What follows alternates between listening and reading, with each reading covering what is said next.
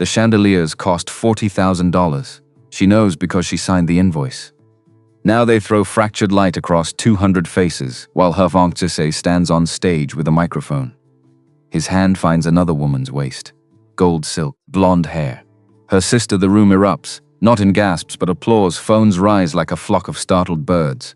Cameras capture the exact moment a life ends and a spectacle begins. She doesn't scream, doesn't cry, doesn't move from her place at the edge of the crowd in an emerald dress that suddenly feels like evidence. Behind her, someone whispers about making a scene. She walks instead, out through terrace doors into cold air and darker truths. The Pacific crashes below, violent, beautiful, indifferent. A stranger in flannel offers water. No questions, no pity, just presence. She doesn't know yet that accepting will change everything. That survival sometimes requires fraud, that justice doesn't always wear a suit. That the man with calloused hands holds more power than the one who just destroyed her. The water bottle sweats against stone. She drinks. The chandeliers had cost someone $40,000. Rebecca Mitchell knew this because she'd approved the invoice 3 weeks ago. Venetian crystal. Imported. The kind of extravagance that made her stomach turn even as her fingers typed the authorization code. Now those same chandeliers threw fractured light across 247 faces. She'd counted, because counting was easier than thinking. Easier than acknowledging the diamond on her left hand felt heavier than it should. Heavier than 3 carats had any right to feel. The Newport Coast mansion sprawled like a postcard someone had set on fire with money. Floor-to-ceiling windows framed the Pacific. Black-tie guests clustered in formations that screamed hierarchy. CEOs near the champagne fountain. Junior partners orbiting the hors d'oeuvres.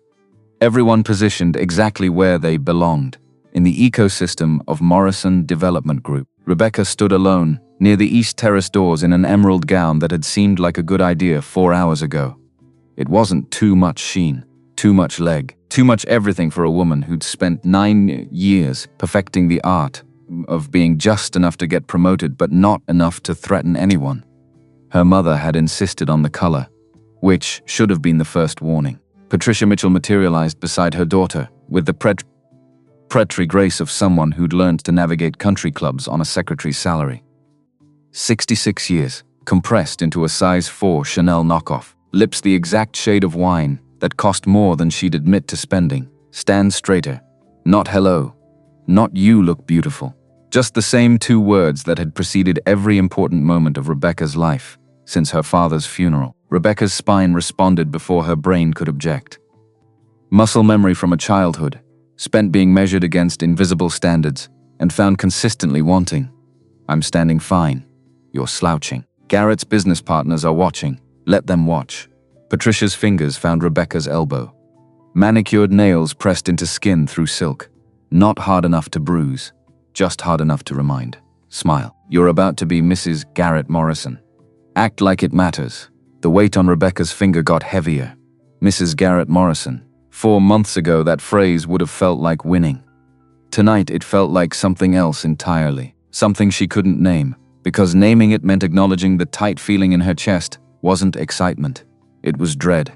Across the room, Garrett Morrison worked the crowd with the ease of someone born into the right ZEP code. 34, 6'2". The kind of handsome that came from good genes and better orthodontics. Dark suit tailored so precisely, it probably had its own insurance policy. He laughed at something Douglas Chen said. Real estate mogul, net worth somewhere north of criminal. Garrett's had landed on the older man's shoulder. Familiar. Easy. The gesture of someone who'd never questioned whether he belonged anywhere. Rebecca had fallen for that confidence, mistaken it for something deeper, which made her exactly as stupid as every romantic comedy had warned her not to be. There you are. Amanda Mitchell appeared from the direction of the bar. 26. Blonde where Rebecca was brunette. Curves where Rebecca was angles. The kind of pretty that made men stupid and women careful. Rebecca's sister wore gold, liquid metallic silk that clung in ways physics shouldn't allow. Hair swept up to expose a neck that had probably caused 3 fender benders in the parking lot. Smile bright enough to sell toothpaste or commit fraud. Maybe both. You look amazing. Amanda's voice hit that perfect pitch between sincere and poisonous. That green is so bold. I could never pull off something that... Attention-grabbing. Rebecca felt her mother's fingers tighten. "You look lovely too, Amanda." "This old thing?" Amanda smoothed the fabric over her hip. "I grabbed it last minute. Didn't want to outshine the bride-to-be. As if Rebecca were a position to fill rather than a person. "Where's Garrett?" Patricia scanned the room with the focus of a hawk spotting movement in tall grass. "Probably schmoozing." Amanda sipped champagne from a flute that had definitely been refilled more than once. "You know how he is. Always working the room. Speaking of which, have you two set a date yet? People keep asking. We're thinking spring." Rebecca heard herself say the words she'd been trained to say. The acceptable answer. The one that suggested planning was happening, even though the only thing she'd planned was how to survive the next 4 hours without screaming. Spring is so far away. Amanda's eyes went wide. Innocent. Why wait? Because something felt wrong. Because Garrett had changed the engagement party from 50 people to 250. Without asking. Because he'd stopped looking at Rebecca. Like she was someone he wanted to know, and started looking at her like she was something he needed to acquire. But those weren't things you said at your own engagement party. So Rebecca smiled. "We want to do it right." Amanda laughed. "Too loud. Too long. Of course you do. You always were the responsible one." The words landed like compliments but tasted like accusations. Patricia squeezed Rebecca's elbow again before releasing her. "I'm going to check on the catering." "Amanda, come with me." Actually, I was hoping to steal Rebecca for a minute. "Now, Amanda." Their mother's tone left no room for negotiation. Amanda's smile flickered. Just for a second, then snapped back into place with the precision of someone who'd learned to perform happiness instead of feel it. "Of course. We'll catch up later, sis."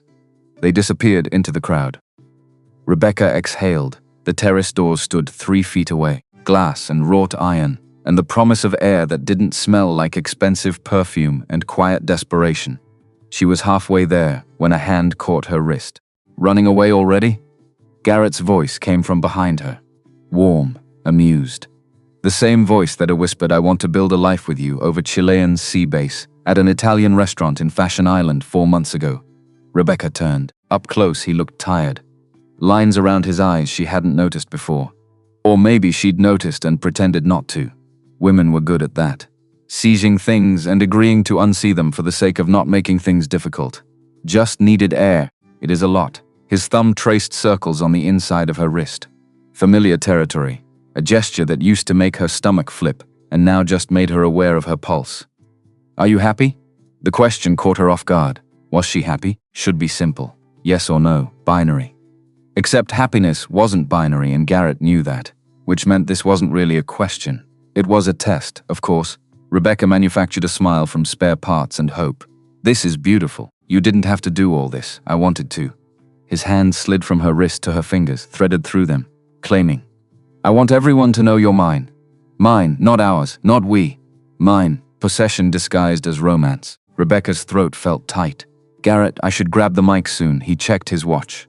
Patek Philippe. Inherited. "Make the announcement official." "You ready?" She wasn't. But ready wasn't something she had the luxury of being. "Yes." He kissed her forehead. "Quick." Distracted. Already looking past her toward the small stage someone had erected near the champagne fountain. "Good. This is going to be perfect." He walked away. Rebecca stood alone near the terrace doors and tried to remember the last time and Garrett had asked her a question and actually waited for the answer. The memory wouldn't come, which should have bothered her more than it did. The thing about growing up in a house where money was always scarce and love was always conditional was that you learned to accept situations that were good enough. You learned that perfect was a fairy tale and practical was a survival skill. Garrett was practical. Stable job, good family, no addiction problems or secret children or tendency toward violence. He checked every box on the list Patricia had been reciting since Rebecca turned 22. So what if he didn't make her pulse race? So what if their conversations had started feeling like contract negotiations? So what if she sometimes caught him looking at her, like he was calculating return on investment? He was offering security, and security was more than Rebecca's father had ever provided. 9 years ago, David Mitchell had died of a heart condition the family couldn't afford to treat properly. Rebecca had been 20, sophomore year at UC Irvine, double majoring in accounting and guilt. She'd dropped out, gotten a job, Sent money home, put Amanda through college. Kept Patricia in the house David's life insurance barely covered. Became the responsible one, the dependable one, the one who sacrificed so everyone else could breathe a little easier. And now here she was, 29, CPA license, 9 years at Morrison Development, engaged to the CEO's son, living the dream, except the dream felt like drowning in slow motion. Rebecca pushed through the terrace doors. Cold air hit her face like permission to stop pretending. The Pacific stretched dark and infinite below the cliff. Waves crashed against rocks, with the kind of violence that looked beautiful from a distance and deadly up close. She gripped the stone balustrade, breathed. 1, 2, 3. This was fine. Everything was fine. People got pre-wedding jitters all the time. It didn't mean anything. Didn't mean she was making a mistake. Didn't mean she should run. Where would she even run to? Back to her apartment in Costa Mesa? Back to her desk at Morrison Development where Garrett's father signed her paychecks? Back to Patricia's disappointment and Amanda's barely concealed contempt? No. This was the plan. This was security. This was rough night? Rebecca spun. A man stood near the far end of the terrace, 30-something. Jeans that had seen better years, flannel shirt rolled to the elbows, work boots with actual dirt on them. He didn't belong here, which made him the most interesting thing at this party. Who are you? Kenneth Hayes. He stayed where he was. Didn't advance. Didn't retreat. Just existed in space like someone comfortable with silence. Came to see Garrett. Business? In that? Rebecca gestured at his outfit. Didn't know there was a dress code for dropping by. This is an engagement party.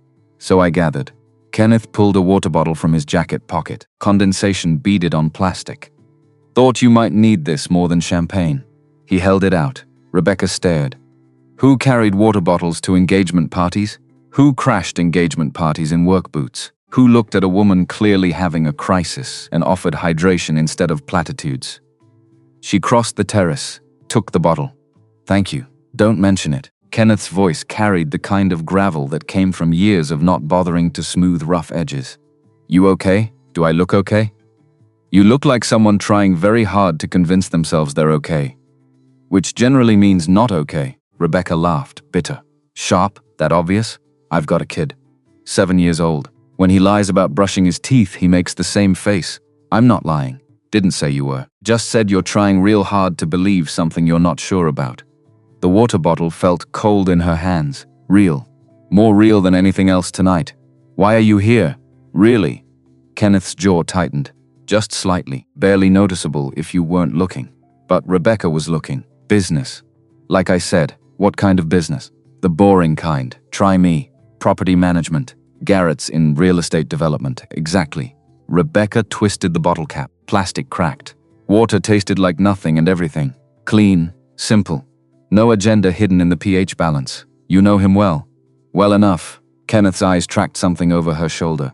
Looks like show's about to start. Rebecca turned. Through the glass doors she could see Garrett climbing the small stage. Microphone in hand. Smile bright. Every inch the successful businessman about to share good news with friends and colleagues. Her stomach dropped. I should go. Should you? The question stopped her. Should she? Should she walk back into that room and stand next to Garrett while he announced their engagement to 250 people who didn't actually care about her happiness? Should she smile and nod and accept congratulations from strangers? Should she keep pretending this felt right? I don't know. Kenneth nodded. Like that was a perfectly acceptable answer, for what it's worth. And it's probably not worth much coming from a stranger. You strike me as someone who knows exactly what she should do.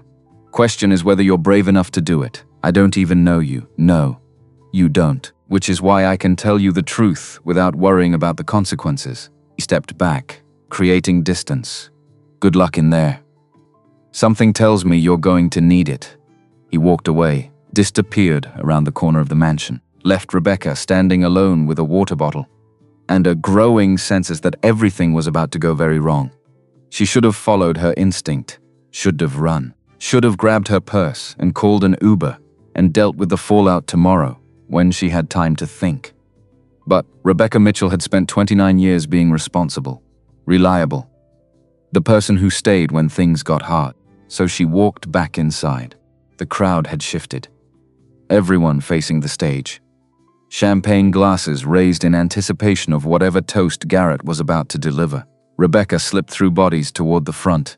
Patricia caught her eye. Mouthed, "Where were you?" with the kind of maternal rage that could melt steel. Amanda stood near the stage. Gold dress, catching light, phone in hand. Recording. Of course she was recording. Garrett tapped the microphone. Feedback squealed. "Sorry about that." His laugh carried easy confidence. Technology, right? Polite laughter rippled through the crowd. "I want to thank everyone for coming tonight. It means a lot to have you all here to celebrate this next chapter." Rebecca's heels clicked against marble as she moved closer.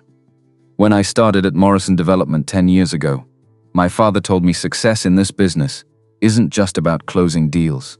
It's about building relationships, finding the right partners, people who understand the work, who understand what it takes to thrive in this industry." Rebecca reached the edge of the crowd. Garrett's eyes found hers, held. Something flickered across his face. "Too fast to read. That's why tonight is so important. Because I've found that partner." Rebecca's chest tightened. This was it, the moment where he'd call her up, where she'd have to smile and wave, and let 250 people take photos she'd hate looking at in 10 years. She took a breath, started to move toward the stage. Garrett's voice stopped her. "Someone who understands this world, who knows what it takes to succeed. Someone who gets it in a way that's rare and valuable." He paused, looked away from Rebecca, looked to his right, Amanda Mitchell. "Come up here." The room tilted, sound compressed into a high-pitched whine that might have been Rebecca's pulse or might have been the universe announcing its punchline. Amanda's face bloomed into surprised delight. Perfect. Practiced. The expression of someone who'd known this was coming and prepared accordingly. She climbed the stairs. Garrett's arm went around her waist, possessive, claiming. The same way he'd touched Rebecca 20 minutes ago. "I know this might come as a shock to some of you." Garrett's voice filled the room. Confident, unapologetic. "But Amanda and I have gotten to know each other over the past few months, and what started as friendship became something more, something I can't ignore." 250 phones rose. Cameras clicked, video started rolling. Rebecca stood frozen at the edge of everything. Amanda understands this life. The demands, the sacrifices, the reality of building something that matters. Garrett looked down at Amanda. She gazed up at him with doe eyes and parted lips. "She's exactly what I need, what this company needs." The unspoken words hung in the air like smoke. Rebecca wasn't. Rebecca didn't understand. Rebecca was never what he needed. She'd just been what was available when he needed someone competent to fill a position. And now that position had been upgraded. Amanda's hand rested on Garrett's chest, proprietary. The gesture of someone staking a claim. "So I wanted everyone here tonight to know. Amanda Mitchell is the woman I'm choosing. The woman who'll stand beside me as Morrison Development enters its next phase of growth." He kissed her. Not a peck. A real kiss. The kind that announced ownership. The room erupted. Not in shock, in excitement, because this was a story people could sell. Drama, betrayal, sister swap scandal. Better than anything Netflix could produce. Rebecca couldn't move, couldn't breathe, couldn't process what was happening except in fragments that didn't add up to anything coherent. Garrett, Amanda, together, her fiancé. Her sister on stage at her engagement party, announcing their relationship to 250 witnesses with cameras. Patricia appeared at Rebecca's elbow, fingers digging into silk, hard enough to bruise this time. "Don't make a scene. Not, are you okay? Not, I can't believe this. Just don't make a scene." Because Patricia Mitchell's greatest fear wasn't her daughter's heartbreak, it was public embarrassment. "Walk out." Side door. Now, Rebecca's legs moved, autonomous, following instructions, because following instructions was easier than choosing what to do when your entire life imploded in real time. She walked, head high, back straight, the way Patricia had taught her, the way ladies handled disasters, with dignity, with grace, with the quiet acceptance that sometimes life decided you weren't the main character after all. You were just the plot device that made someone else's story more interesting. The terrace doors appeared. Rebecca pushed through, cold air, dark sky. The Pacific crashing somewhere below with the kind of violence that sounded like applause. Behind her, the party continued. Music swelled. Voices rose in congratulations. Someone laughed. Someone else proposed a toast. The chandeliers kept throwing fractured light across faces. that had already forgotten Rebecca existed. She gripped the stone balustrade, looked down at her left hand. 3 carats caught moonlight, turned it into something sharp. She should have felt something: rage, grief, betrayal. Should have screamed or cried or thrown the ring into the ocean. But Rebecca Mitchell had spent 9 years perfecting the art of not feeling things that would interfere with productivity, so she felt nothing. Just cold, just empty. Just the vague awareness that somewhere inside her chest, something important had broken, and she'd have to deal with it later when dealing with broken things was practical. Footsteps behind her. Heavy. "Male, you're still here." Kenneth Hayes materialized from the shadows, like someone who'd been waiting. Rebecca didn't turn around. Nowhere else to go. There's always somewhere else to go. Not when you've built your entire life around staying, then build a different life. It's not that simple, it never is. Kenneth moved to stand beside her. Close enough to matter. Far enough to give her space. But simple and possible are different things. Rebecca finally looked at him. Really looked mid-30s. Lines around his eyes that came from squinting at things that mattered. Jaw that suggested opinions held and not apologized for. Hands scarred in ways that spoke of work that left evidence. He looked real. More real than anyone else she'd encountered tonight. "Why are you still here?" "Told you. Business with Garrett. He's a little busy right now, so I noticed." Kenneth's mouth twitched. Almost a smile. "Figured you might need that water bottle more than I thought." Rebecca laughed. Sharp. Broken, the kind of sound that preceded either crying or screaming. She did neither. Just stood there holding 3 carats of broken promises and trying to remember what breathing felt like. "I should go." Kenneth pulled keys from his pocket. Truck keys. Ford logo worn smooth. "But before I do, you got somewhere safe to land tonight? My apartment? Anyone there?" "No." "Good. Go there. Lock the door. Don't answer your phone. Don't check social media. Don't try to make sense of what just happened." He paused. "You can do that tomorrow. Tonight you just survive. You talk like you know something about surviving. Everyone knows something about surviving. Question is whether you learn from it or let it break you." He walked away. Agon left Rebecca standing alone in the cold with advice she hadn't asked for and probably wouldn't follow, but she did follow it.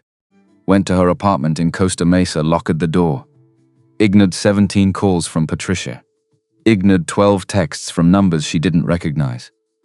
Ignored the notifications flooding her phone as the video went viral. Instead, she sat on her kitchen floor, still wearing the emerald dress that had been a mistake, still wearing the ring that felt like evidence, and finally, alone in the dark, Rebecca Mitchell let herself feel, not rage, not grief, just the cold certainty that she'd been played, that Garrett had never loved her, that Amanda had never been a sister, that Patricia had never been a mother in any way that mattered, that every relationship she'd spent 9 years maintaining had been a transaction she'd lost without realizing the game was rigged.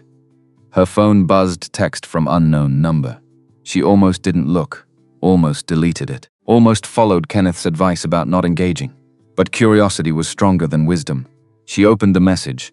"Your sister's engagement party was quite the show. Trending at number 3. You okay?" No name. No context. Rebecca should have blocked it, should have thrown her phone across the room, should have done anything except respond. But she was tired of should. "Who is this?" 3 dots appeared, disappeared, appeared again. Someone who knows what it's like when your life becomes entertainment for strangers. Someone who thinks you deserved better. Someone who has a 7-year-old who won't stop talking about the sad lady at the party who needed water. Rebecca's chest tightened. Kenneth.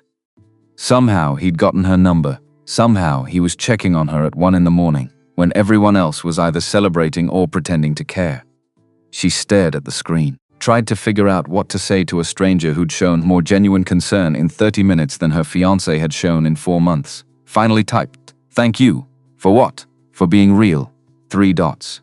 Then, anytime, Rebecca set the phone down, looked around her apartment. Small, clean, affordable, the kind of place someone lived when they were saving money for a future that included a husband and a house and security. A future that no longer existed.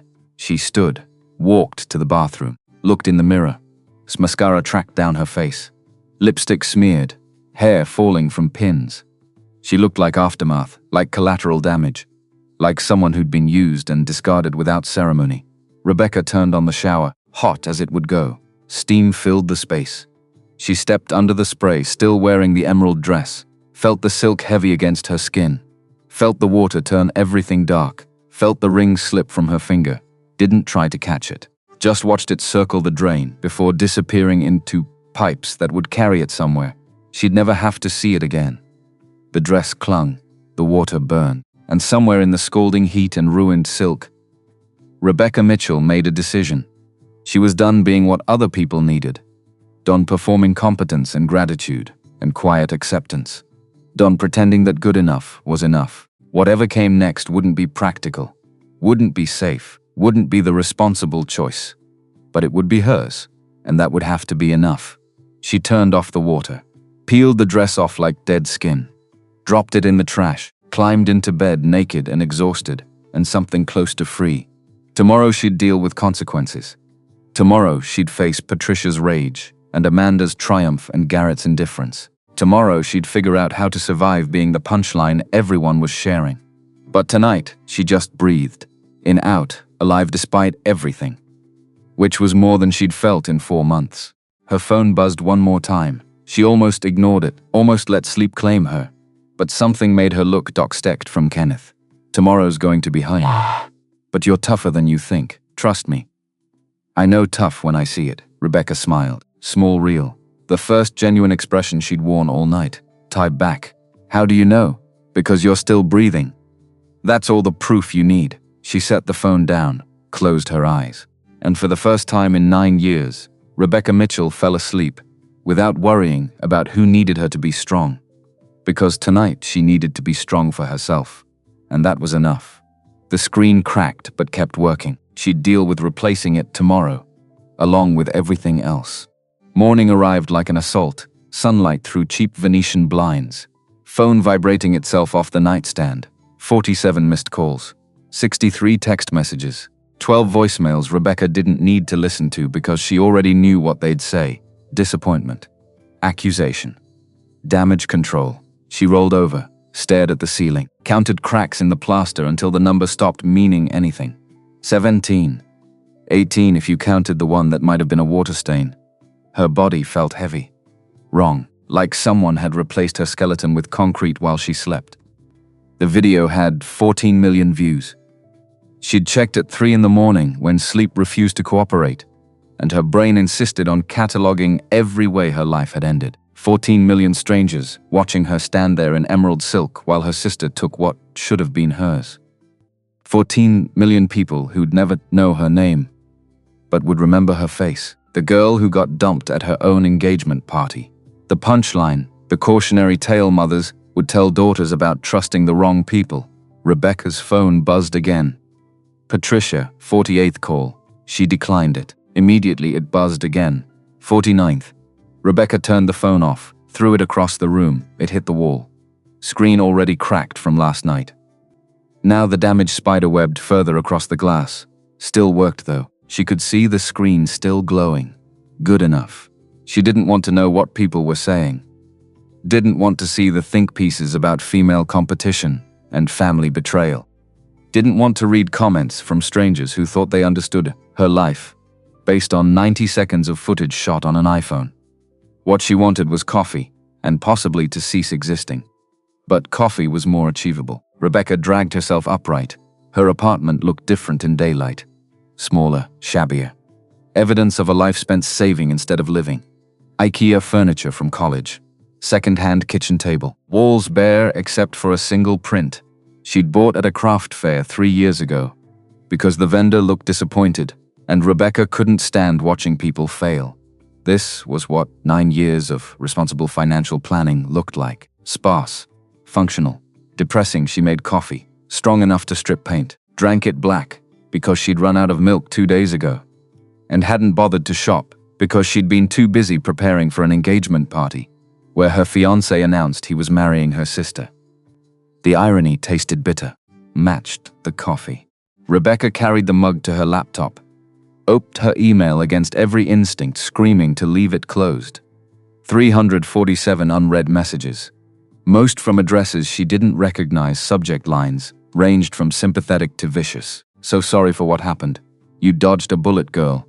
How does it feel to lose to your own sister? Interview request. People magazine humiliation caught on camera.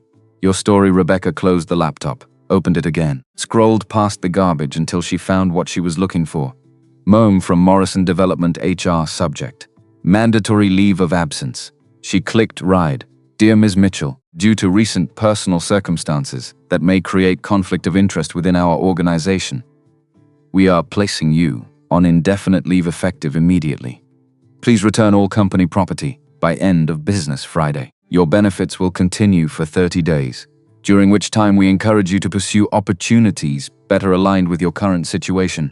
Regards. Human Resources fired. They didn't use the word, but the meaning was clear. Garrett had called in a favor. Or maybe he didn't need to. Maybe HR saw the video and made the calculation that keeping Rebecca employed was messier than cutting her loose.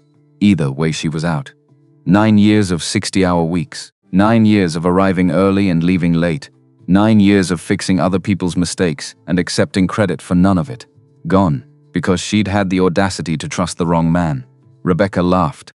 Sharp, bitter. The sound surprised her. She laughed harder. Until her stomach hurt. Until tears leaked from her eyes. Until the laughter turned into something that wasn't quite crying, but wasn't quite anything else either. Just sound. Just her body processing what her brain couldn't. When it stopped, she felt hollow. Clean. Like someone had scooped out everything that used to matter and left space for something new. She didn't know what that something was yet, but it would be hers. Rebecca showered, dressed in jeans and a sweater that had seen better years. Grabbed her keys, left the apartment for the first time in 18 hours. The world hadn't ended, which felt wrong. Traffic still clogged PCH. Tourists still took photos at overlooks. The Pacific still crashed against rocks. Like heartbreak was a private experience instead of something the universe should acknowledge. Rebecca drove without destination. Ended up at a coffee shop in Costa Mesa she'd passed 1,000 times without entering. Small, local. The kind of place that roasted beans on site and charged less than Starbucks because they didn't have shareholders to impress. She parked, went inside, ordered something complicated enough to require explanation. The barista didn't recognize her, didn't ask if she was the girl from the video, just made her drink and handed it over with a smile that contained no pity. Rebecca found a corner table, opened her laptop, stared at a blank document. Rebecca Mitchell, CPA professional summary. She'd deleted it, started over. Rebecca Mitchell, financial consultant, better.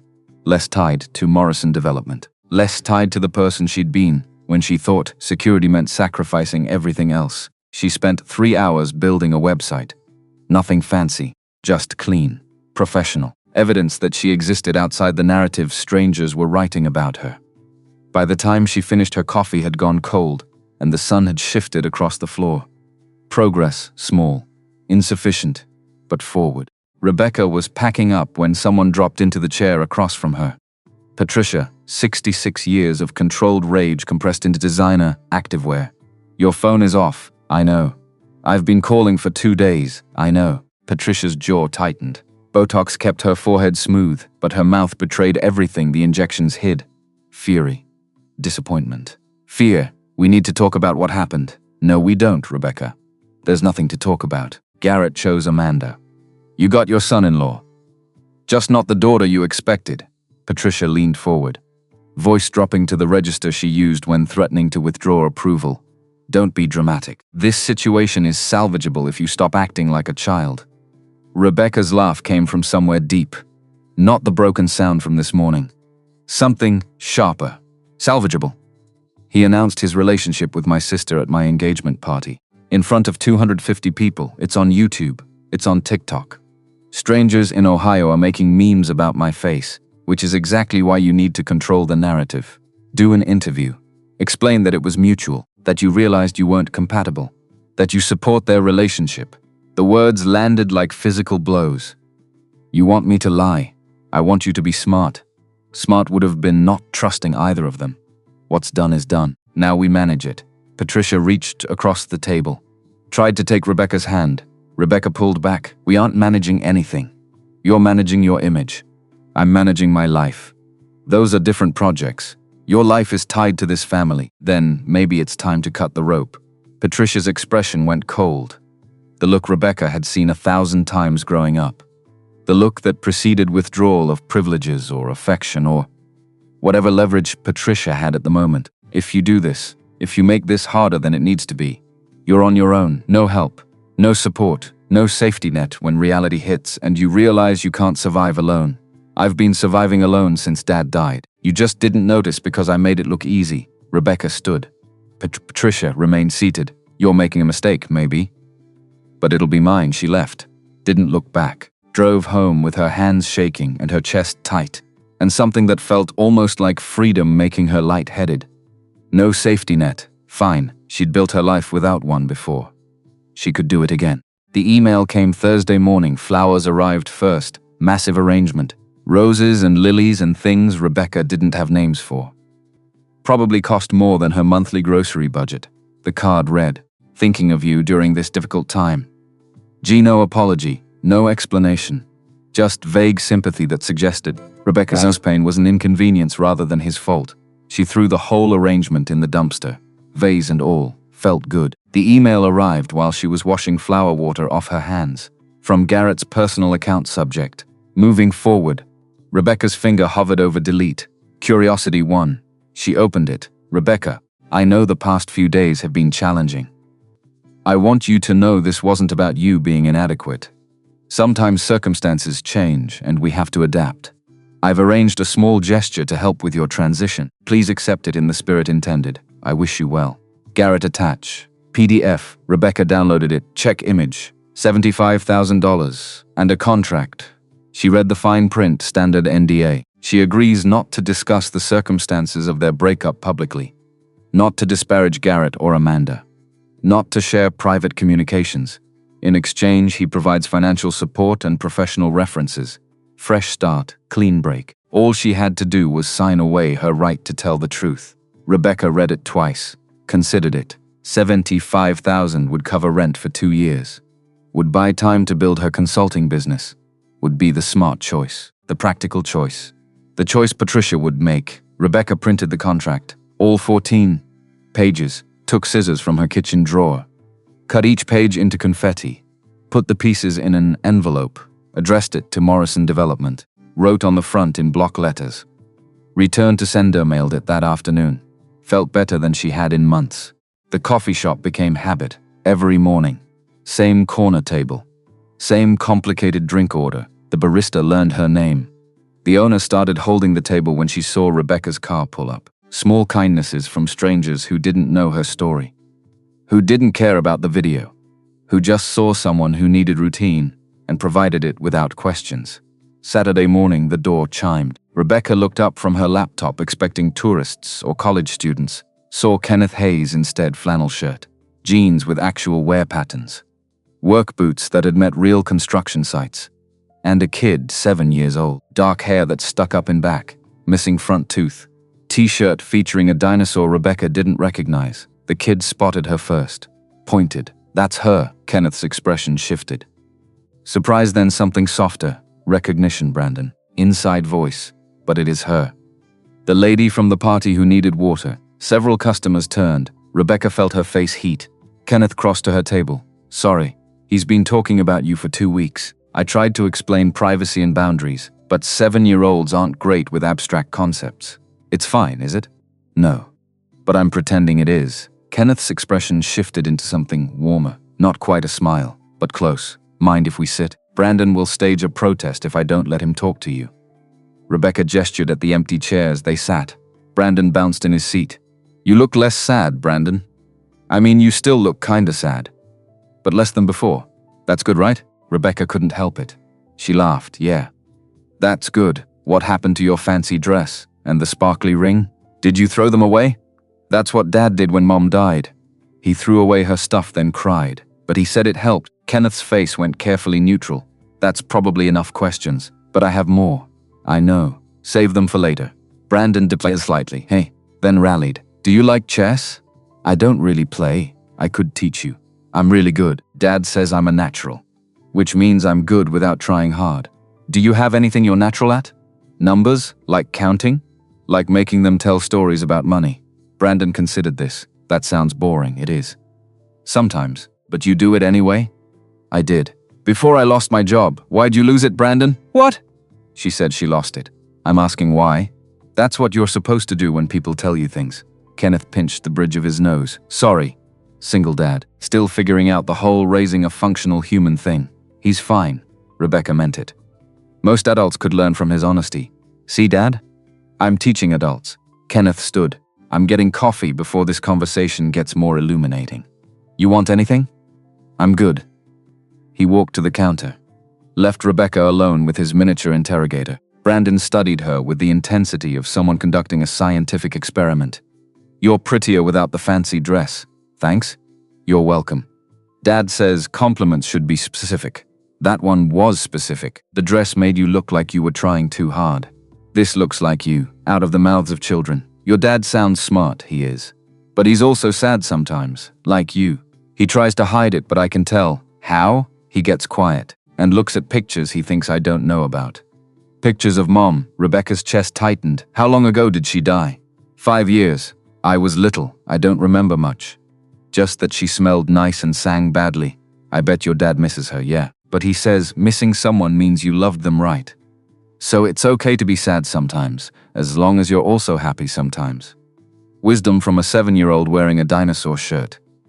The universe had a sense of humor. Kenneth returned with coffee and what looked like hot chocolate with enough whipped cream to violate structural engineering principles.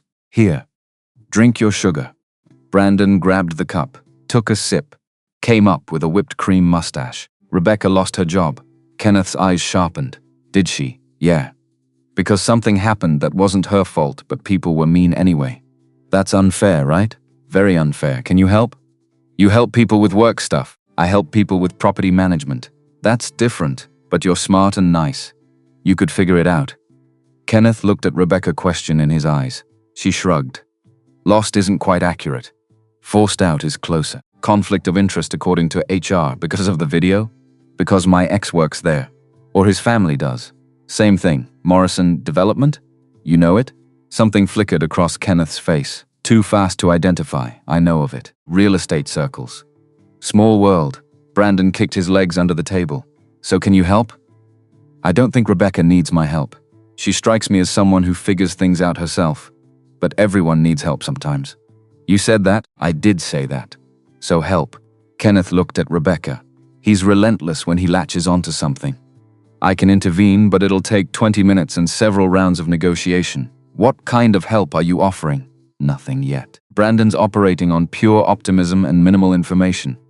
I have lots of information. I know she's sad and doesn't have a job and probably needs friends because her sister is mean and her fancy boyfriend was dumb. Rebecca choked on air. Kenneth handed her a napkin. Breathe. He'll move to a different topic in 3, 2. Do you like cinnamon rolls? They make them here and they're crooked, but that makes them better. Dad says perfection is overrated. I haven't tried them. You have too. Brandon jumped up, raced to the counter, left Kenneth and Rebecca alone. Kenneth exhaled. Sorry. He has no filter and infinite energy. Terrible combination. He's great. He's exhausting. Those aren't mutually exclusive. Fair point. Kenneth rotated his coffee cup. How bad is it? The job situation? Manageable. I have savings. Time to figure things out, but it's not what you wanted. What I wanted doesn't seem to factor into how my life works, so make it factor. Easy for you to say. Easier for me to say because I learned the hard way. Work yourself to death for something that doesn't care if you exist, and you end up with nothing but regrets.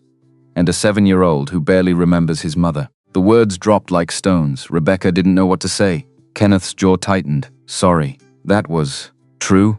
More honest than appropriate for coffee shop conversation. I like honest. Most people don't. I'm not most people. No. Kenneth's eyes held hers. You're not. Brandon returned carrying a cinnamon roll the size of his head. They cut it crooked again. Look. He set it on the table. The frosting listed severely to the left. Definitely crooked. Somehow perfect anyway. We can share. Brandon pushed it toward Rebecca. You look like you need sugar. She pulled off a piece.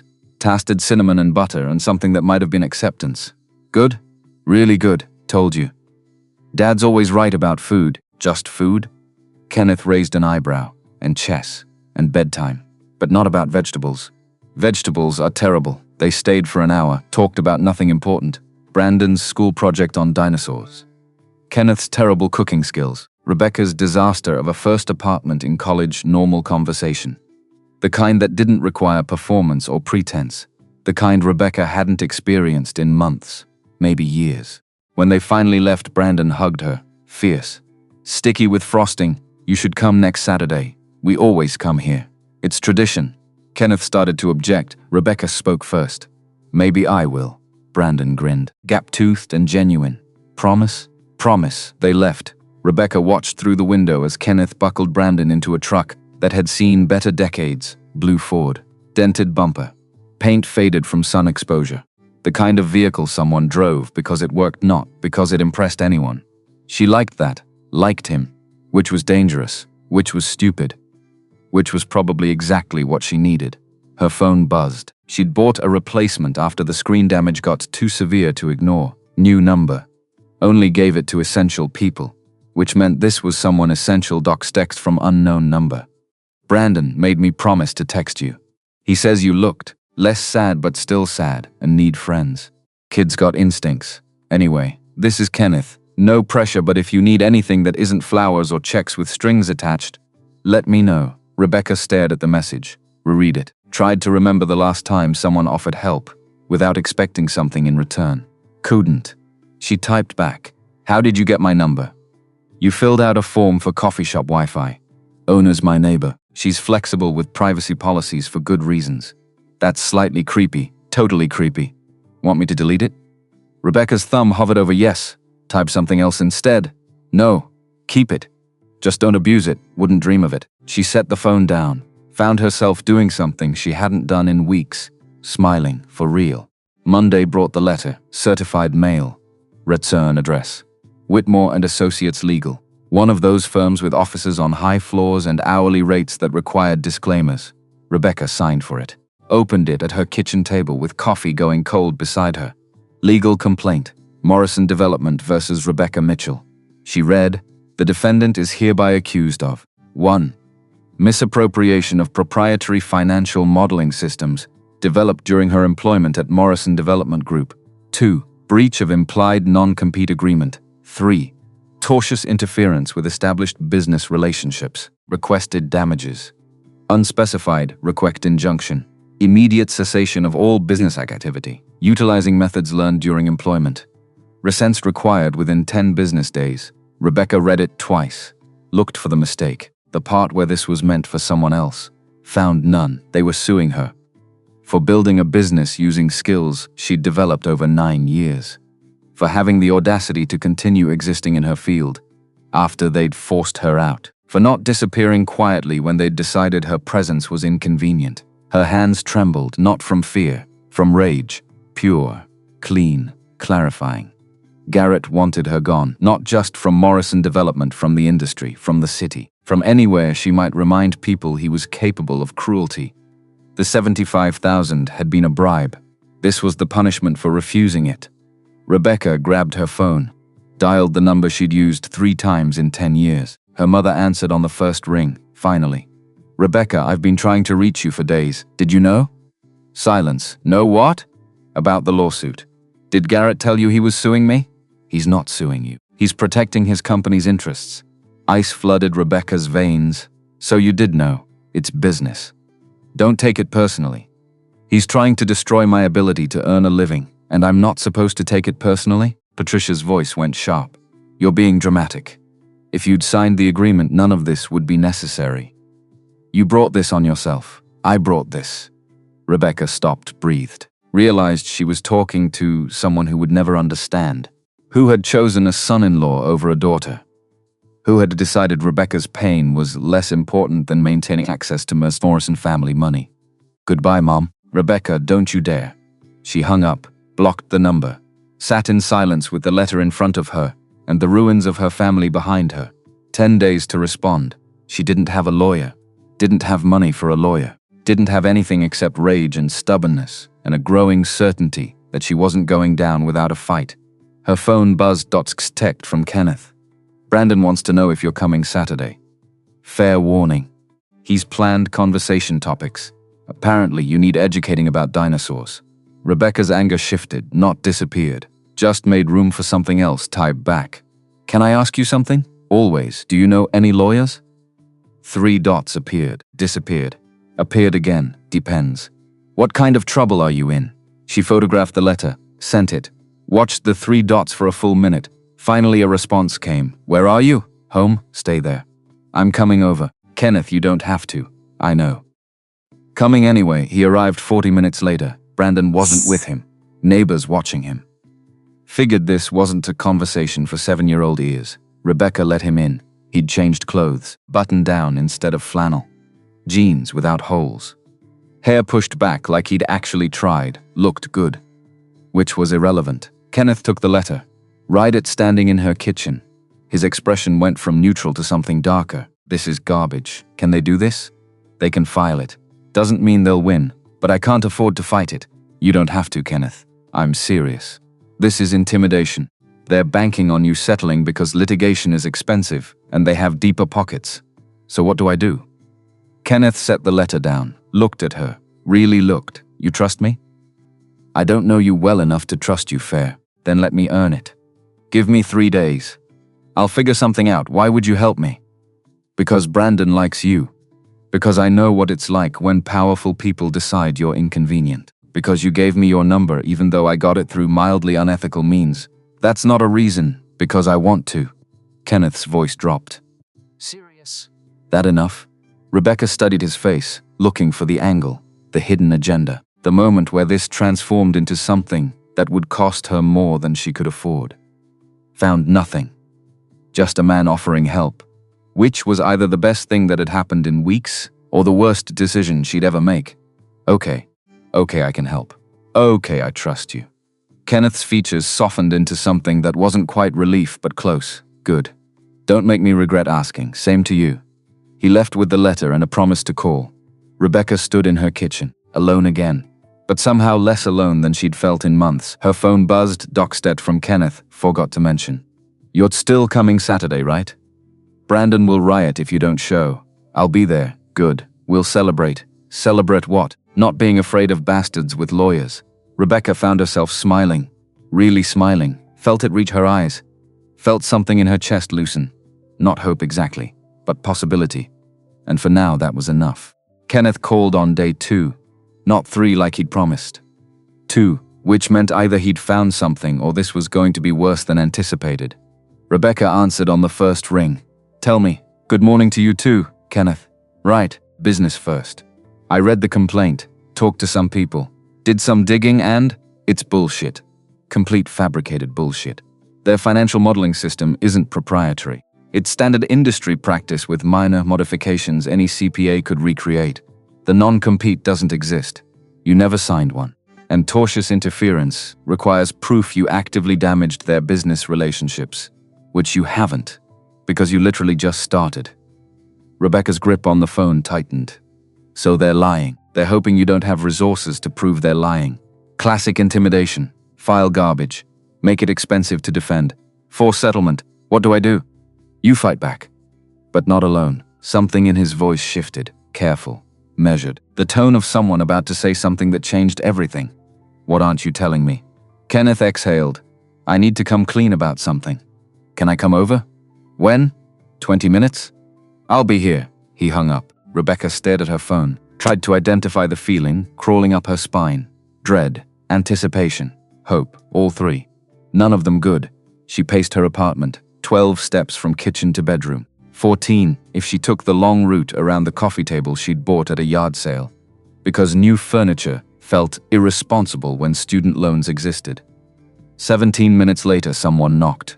Rebecca opened the door. Kenneth stood there holding a manila folder and an expression that said this conversation was going to hurt.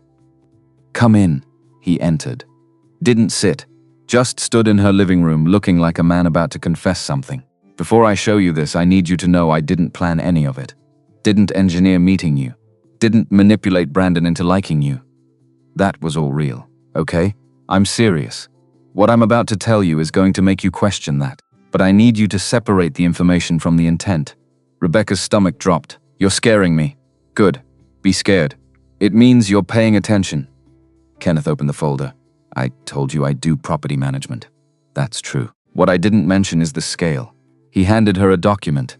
Hayes Capital Group letterhead. Portfolio summary. Rebecca scanned the numbers. 4.2 billion in assets. Commercial real estate holdings across 7 states: Boston, New York, Philadelphia, Charlotte, Atlanta, Dallas, San Diego, and Los Angeles. Her eyes caught on one line item: Morrison Tower, Irvine, California, 17 floors. Primary tenant, Morrison Development Group. Lease expiration, November 2025. 11 months from now. You own their building. I own the company that owns their building. Along with about 40 others, Rebecca looked up. Kenneth Hayes wasn't a property manager. He was a landlord. No, he was the landlord, the kind with enough capital to make or break companies by deciding whether to renew leases. Why didn't you tell me? Because I needed to know if you'd treat me different once you knew. People always do. They hear the number and suddenly I'm not Kenneth anymore. I'm the number. I'm opportunity. I'm something to use. I wouldn't. Your mother would. Your sister would. Garrett definitely would. Kenneth's jaw tightened. I learned the hard way that money doesn't buy honesty. It just makes people better liars. Rebecca's brain caught up to implications. Your wife, Rebecca, different person, same name. Died 5 years ago in a car accident on PCH. We'd been fighting about work, about me putting the company before her, before Brandon. She drove off angry. Drunk driver ran a red light. Kenneth, I don't tell you for sympathy. I tell you so you understand why I quit. Why I handed operations to a board I trust and spend 3 days a week being Brandon's dad instead of executive chairman. Why I showed up to your engagement party in flannel instead of a suit. Why were you there? Garrett owes me $14 million. Personal loan. Stupid investment into development that tanked. He's been dodging repayment for 8 months. I went to remind him his lease renewal is contingent on settling debts. The pieces clicked, so you saw everything. Saw him announce Amanda. Saw you walk out. Saw you standing there trying not to break. Kenneth moved closer. And I saw someone who deserved better than being collateral damage in someone else's ego trip. Rebecca's hands trembled slightly, not shaking. Just processing. You should have told me. I know. I trusted you. I know that too. And now what? You're going to use your position to threaten Garrett? Make him drop the lawsuit by threatening his lease? No. You're going to do that. He handed her another document, response brief. Professionally drafted. Legally airtight. Signature line at the bottom. Blank. I had my legal team draft this. It dismantles their complaint point by point. References, case law. Includes documentation proving your financial models were developed independently. Demands they withdraw within 48 hours or face countersuit for malicious prosecution. Rebecca read. It was perfect. Surgical, the kind of legal work that cost 6 figures. I can't afford this. You're not paying for it, Kenneth. You're my wife. The words hit like cold water. Rebecca's brain stuttered. What? Kenneth pulled a second folder from his jacket. Marriage certificate. Orange County Courthouse. 4 days ago, officiant. Judge Patricia Moreno. Witnesses. Brandon Hayes. Maria Delgado, bride. Rebecca Mitchell, groom.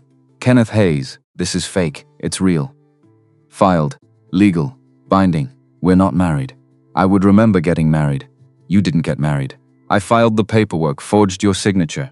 Had a friend on the bench backdate it. Rebecca's vision tunneled. That's fraud. It's protection. As my spouse, you have legal privilege, shared assets, access to resources. More importantly, you have a message to send. What message? That you're not alone. That touching you means dealing with me. That Garrett Morrison is suddenly fighting someone with deeper pockets and longer reach. Rebecca sat, had to. Her legs weren't working right. You committed fraud. You dragged me into fraud. I committed fraud. You're an innocent party who can file for annulment the second this is over. No harm, no foul. Just protection while you need it. This is insane. This is war. Kenneth crouched, met her eyes. Garrett is trying to destroy you for the crime of existing in his aftermath. He's using money and lawyers and the legal system as weapons. You can fight him on his terms and lose everything. Or you can fight him on mine and actually have a chance. By lying? By using the same tactics he's using. Just better. Rebecca wanted to be angry, should be angry. Except Kenneth had just handed her a weapon. Had just made himself liable for fraud to give her protection. Had just committed a felony. because he thought she deserved better than being crushed by a man with more resources. Why would you do this? Because I have a 7-year-old son who thinks you're sad but strong. Because you're the first person in 5 years who didn't look at me like a bank account with legs. Because watching someone fight dirty against someone who doesn't deserve it makes me angry. Those aren't good reasons. They're my reasons. That makes them good enough. Rebecca looked at the marriage certificate. Her name in Kenneth's handwriting close enough to pass. Not close enough to fool an expert, but close enough to scare Garrett into backing down, maybe. Probably not. This was insane. If I do this, if I don't report the fraud and play along, I'm complicit. Yes, I could lose my CPA license. Possibly, I could face criminal charges. Unlikely, but not impossible. And you're okay with that? Kenneth's expression went hard. I'm okay with giving you options. What you choose is up to you. But know this. Garrett Morrison isn't going to stop. He'll crush your business, tank your reputation, make it impossible for you to work in California. Not because you did anything wrong, but because you refused to disappear quietly. So I should commit fraud? You should do whatever lets you sleep at night. But if you want to fight him and actually win, you need leverage. This gives you leverage. Rebecca's hands curled into fists, not shaking anymore. Decided, I hate this, I know. I hate that this is necessary. I know that too. I hate that the only way to beat him is to become like him. You're nothing like him. Kenneth's voice went soft. He destroys people because he can. You're surviving because you have to. Those aren't the same thing. Rebecca stood, walked to her window. Costa Mesa spread below. Strip malls and apartment complexes. And people living ordinary lives without needing to commit fraud to survive. She wanted that. Wanted normal. Wanted a world where kindness mattered more than leverage.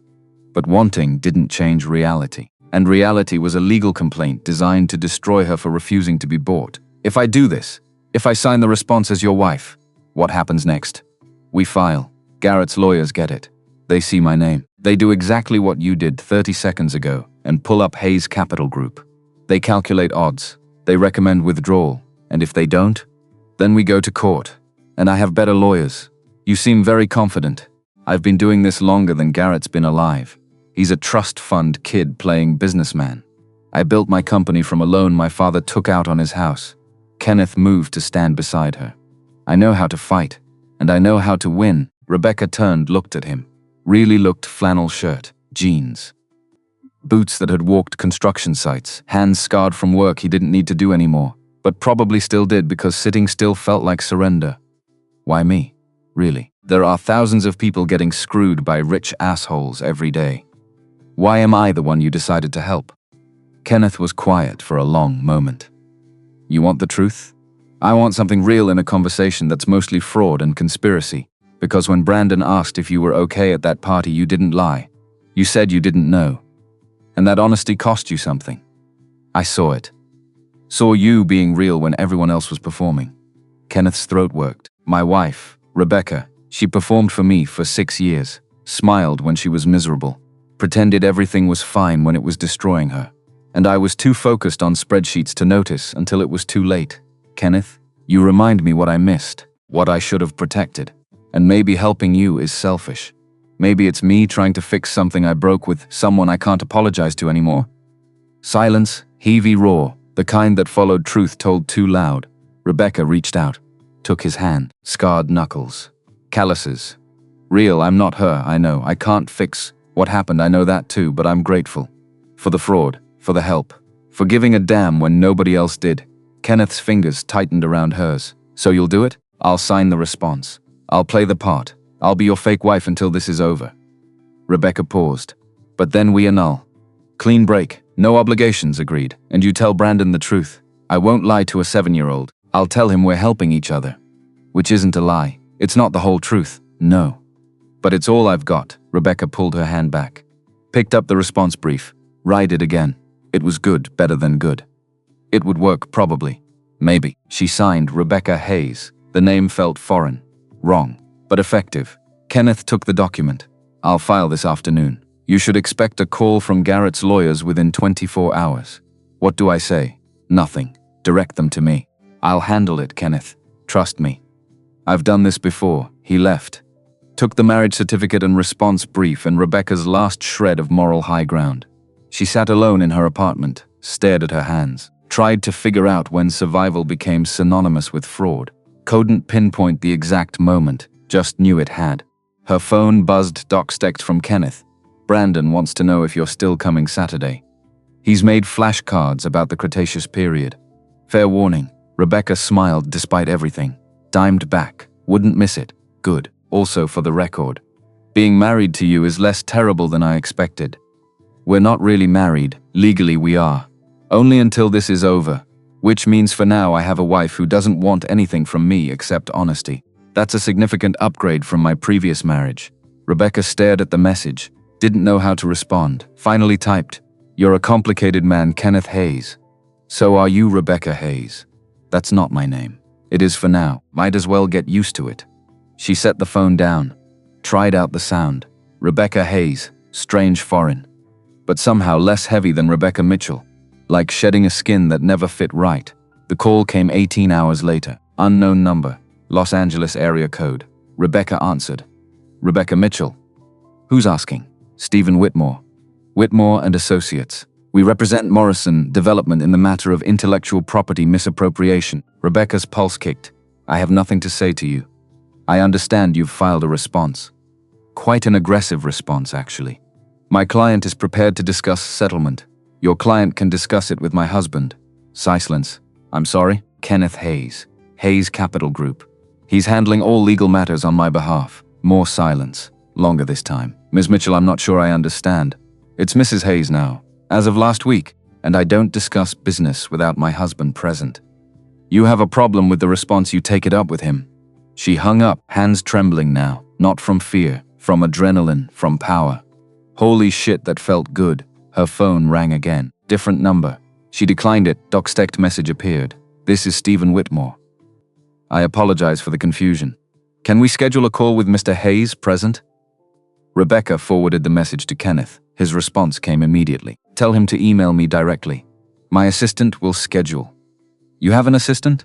"3, actually. Perks of being a billionaire property mogul." "You're not a billionaire, not technically. Just feel like one when I get to weaponize my legal team against dickheads."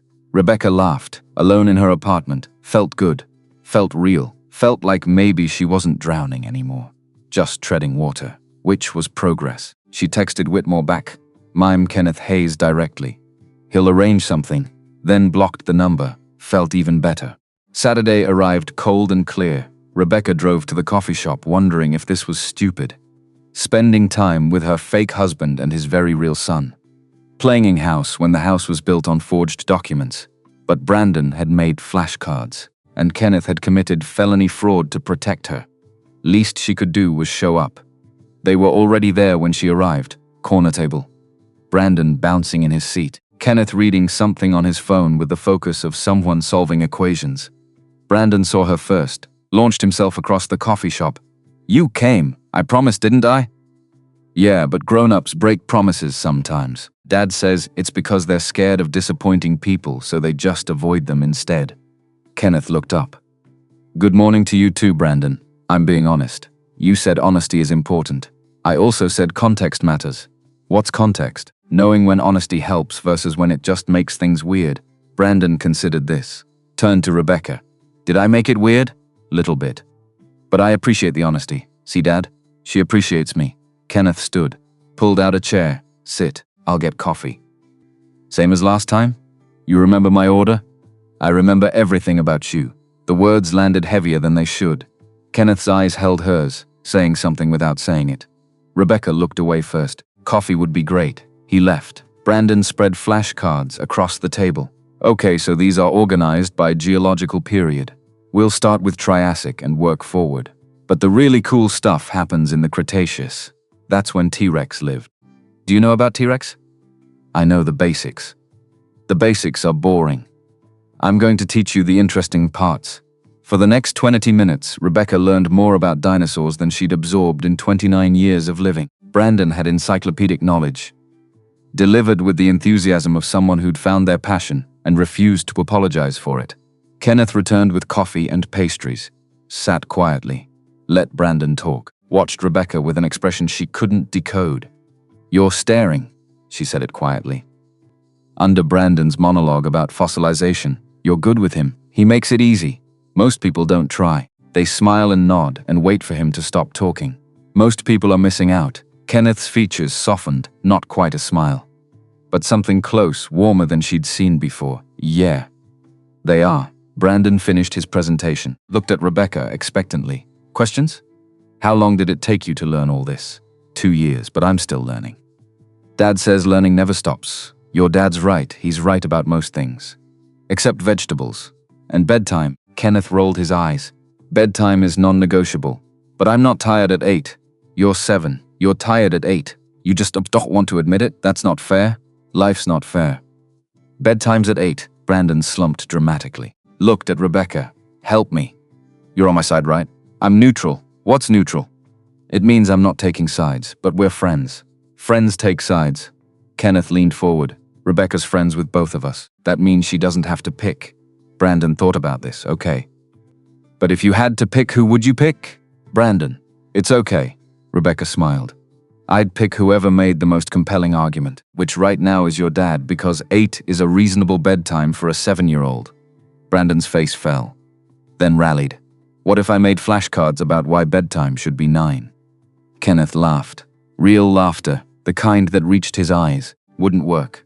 But I admire the effort." They stayed for 2 hours, talked about everything and nothing. Brandon's school project, Kenneth's disaster attempting to cook pasta, Rebecca's first consulting client, who'd turned out to be exactly the kind of small business she wanted to help. No normal, easy. The kind of Saturday Rebecca hadn't experienced in years. When they finally stood to leave, Brandon hugged her, fierce, genuine. "Next week, same time?" "Definitely. Promise?" "Promise." He ran ahead to the truck, left Kenneth and Rebecca alone. "He really likes you." Kenneth's voice was quiet. "Haven't seen him attached to someone like this since your wife?" "Yeah. Kenneth, I'm not trying to replace her, I know. But maybe that's why he likes you. You're not trying to be anyone except yourself." Rebecca didn't know what to say to that. Kenneth saved her. Lawyers called. "Set up a meeting for Tuesday. Conference call. You don't have to be there, but you can if you want. I want. Figured you might." He paused. "Fair warning. It's going to get ugly. Garrett doesn't back down easy. Neither do I." "Good. I'd hate to be married to someone boring." "We're not really." "I know. Doesn't mean I can't enjoy the paperwork while it lasts." He walked away, left Rebecca standing outside the coffee shop wondering how her life had become this. Fake married to a billionaire she'd met 3 weeks ago. Fighting a legal battle against her ex-fiancé. Spending Saturdays with a 7-year-old who knew more about dinosaurs than most paleontologists. Should feel wrong. Should feel terrifying. Instead felt like the first right thing she'd done in years. Tuesday arrived with rain. Rebecca dressed carefully, business casual. Not trying too hard. Not backing down. The call was scheduled for 2. Kenneth texted at 1:30. "Ready?" "No good. Being ready is overrated. Being willing is what matters." Philosophical for a fake husband. "I contain multitudes." Rebecca smiled, dialed into the conference line at 1:58. Kenneth was already there, Mrs. Hayes. "Good afternoon." The name still felt foreign. But she wore it, "Mr. Hayes, we're early." "They'll join at 2. Nervous?" "No, annoyed. This is a waste of everyone's time." At exactly 2, the line beeped. New participants joining. Kenneth Hayes and Rebecca Hayes for the defendant. "Who's joining for Morrison Development?" "Stephen Whitmore, lead counsel for plaintiff." "I have Garrett Morrison on the line as well." Rebecca's stomach clenched. Garrett. She hadn't heard his voice since the party, Mr. Hayes.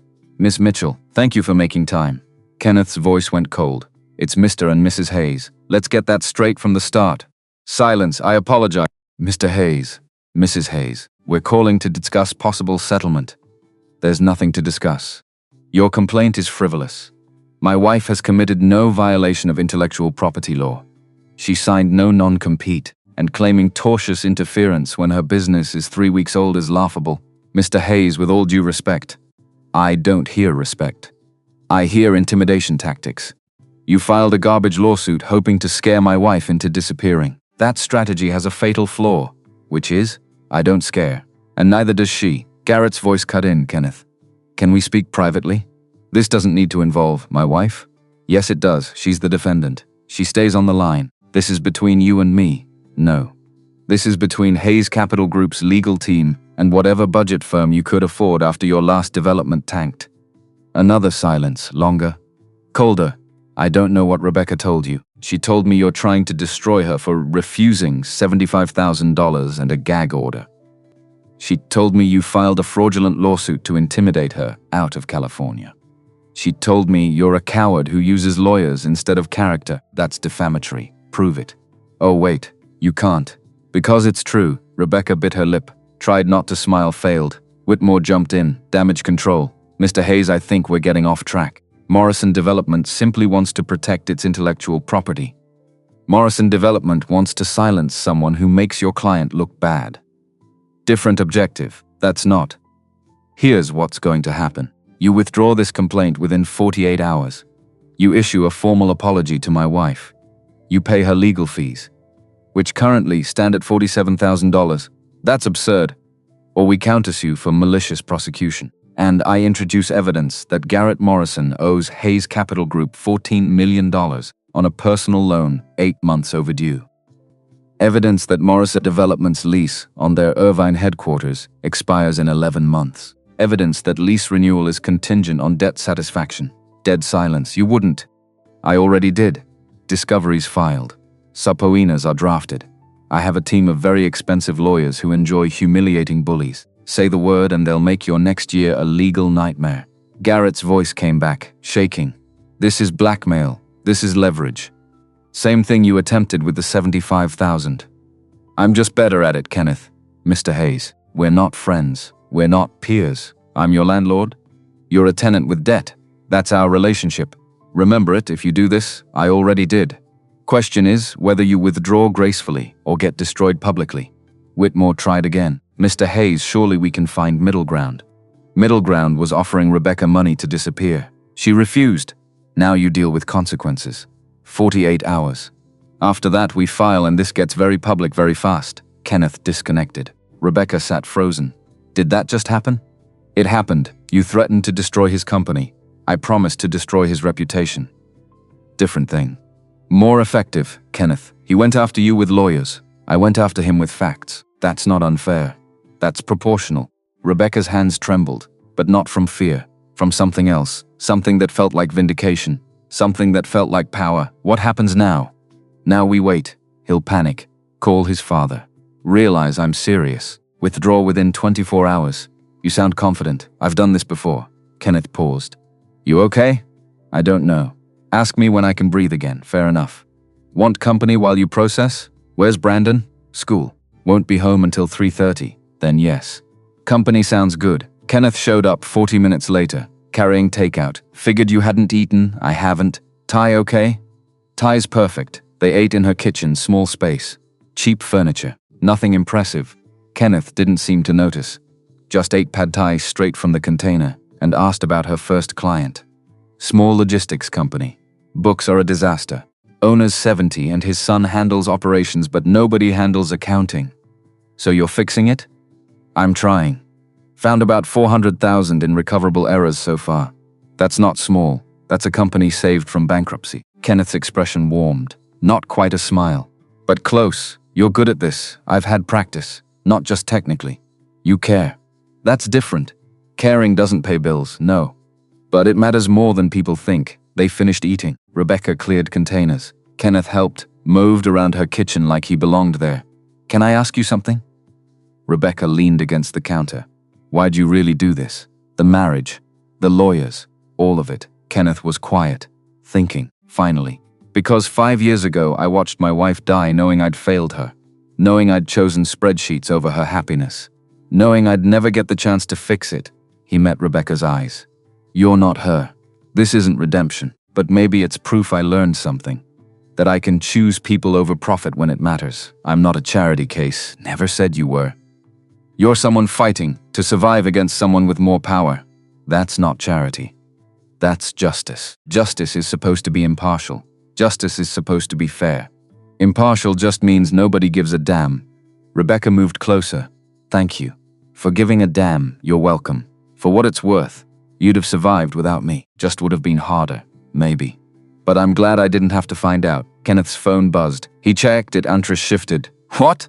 Email from Whitmore. They're withdrawing? Already? Told you. 24 hours. He showed her the screen. Formal notice of withdrawal. Apology attached. Offer to cover legal fees. Rebecca read it twice. We won. You won. I just provided artillery. We won. She said it again. Testing the sound. Holy shit, we actually won. Kenneth's features softened into something genuine. Real warmth, not performance. Yeah, we did. Rebecca launched herself at him, hugged him hard. Felt his arms come up. Dollared. Real. Present. Thank you. She said it into his shoulder. Thank you, thank you, thank you. You already thanked me. Not enough. Never enough. Kenneth's hand found her hair. Gentle, careful. You would have done this without me, but I didn't have to. That matters. They stood there, her kitchen. Afternoon light slanting through cheap blinds. Two people who'd started as strangers and become something else. Something undefined. Something that felt like it might matter. Rebecca pulled back. Kenneth let her go. So what now? She needed to say something. Needed to break whatever was building. We annul? Go back to normal? If that's what you want, is it what you want? I want whatever doesn't hurt you. That's not an answer. Kenneth ran a hand through his hair. Honest answer? I like being married to you. Even fake married. Even based on fraud. I like having someone to text when Brandon does something ridiculous. I like having someone who shows up to Saturday coffee and actually cares what he says. Kenneth, I know, it's temporary. I know that. But maybe we don't rush the annulment. Maybe we just see what happens. That's a terrible idea, probably. We barely know each other. We know enough. This started as fraud. Most good things start badly. Rebecca laughed, despite everything. That's not true, isn't it? Brandon was an accident. My company started with a loan I couldn't afford. My favorite flannel shirt came from a gas station. Good things don't require perfect beginnings. You're very persuasive, I'm very honest. There's a difference. Rebecca looked at him. Really looked flannel shirt. Kind eyes. Hands that had committed fraud to protect her. This was insane. This was stupid. This was possibly the best decision she'd made in years. Okay. Okay, what? Okay, we don't annul yet. We see what happens. Kenneth's expression transformed real joy. Unguarded. Yeah?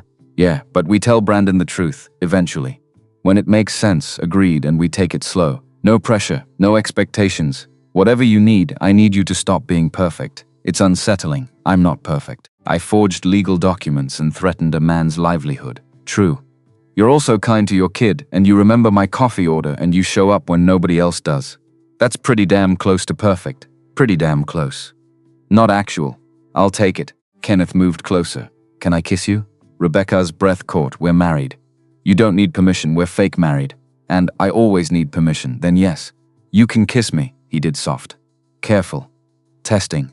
Rebecca leaned in. Made it real. Made it count. When they pulled apart, Kenneth looked dazed. Wow. Good wow or bad wow?